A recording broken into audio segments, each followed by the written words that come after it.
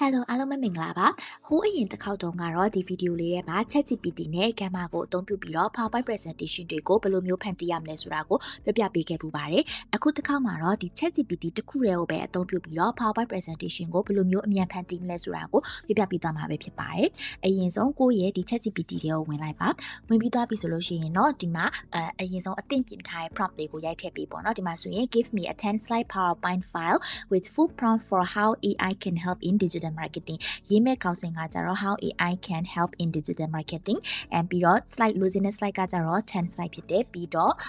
give me PPT file ဆိုပြီးတော့ထည့်ထည့်လိုက်ပါမယ် PPT file အစင်သင့်လိုချင်တာဖြစ်တဲ့အတွက်ကြောင့်မလို့ပါပြီးသွားရင်တော့ enter လေးခောက်ပြီးတော့ခဏလေးစောင့်ပေးလိုက်ပါမယ်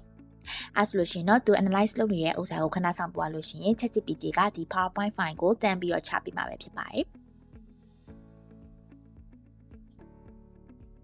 โอเคဒါဆိုရင်တော့အခုဆိုဒီ PowerPoint file လေးရလာပြီပေါ့နော်အဲဆိုရင်အဲ့ PowerPoint file လေးကို download ဆွဲလိုက်ပါမယ်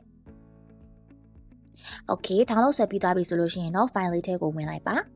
โอเคဒါဆိုရင်တော့ဒီ PowerPoint လေးတွေကိုရောက်လာပါပြီ PowerPoint မှာတော့ဒီ ChatGPT ကပုံမှန်ထုတ်ပေးနေကြတဲ့အတိုင်းပေါ့နော်ဒီ fact တွေနဲ့ရိုးရိုးရှင်းရှင်းပုံစံကြီးတွေပဲထုတ်ပေးလာမှာဖြစ်ပါတယ်အဲ့ဒါကိုကိုပါတန်ကိုဒီ PowerPoint တွေမှာ design ပြန်ပြီးတော့လုပ်ပေးရမှာပေါ့နော် design လုပ်တဲ့အခါမှာအကယ်လို့အစအဆုံး design ပြန်မလုပ်ချင်ဘူးဆိုလို့ရှိရင်တော့သူရဲ့ဒီ template အစင်သင့်လုပ်ပေးထားတဲ့ဒီ template လေး file လေးတွေကို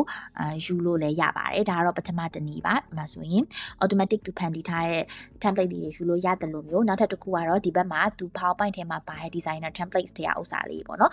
ဒီဟာလေးတွေကလည်းဒီ lecture slide တွေမှာမြင်မြင်ဆန်နဲ့ပြင်ဆင်နိုင်မှာဖြစ်ပြီးတော့အချိန်အများကြီးပေးစီရမလို့မှာမဟုတ်ပါဘူးပြီးတော့ဒါဆိုလို့ရှိရင်တော့တစ်ခု slide တစ်ခုချင်းစီကိုလိုချင်တဲ့ design လေးတွေဝင်ပြီးတော့ပြင်လိုက်လို့ရှိရင်တော့ဒီလိုမျိုး PowerPoint file လှလေးထွက်လာပြီဖြစ်ပါတယ်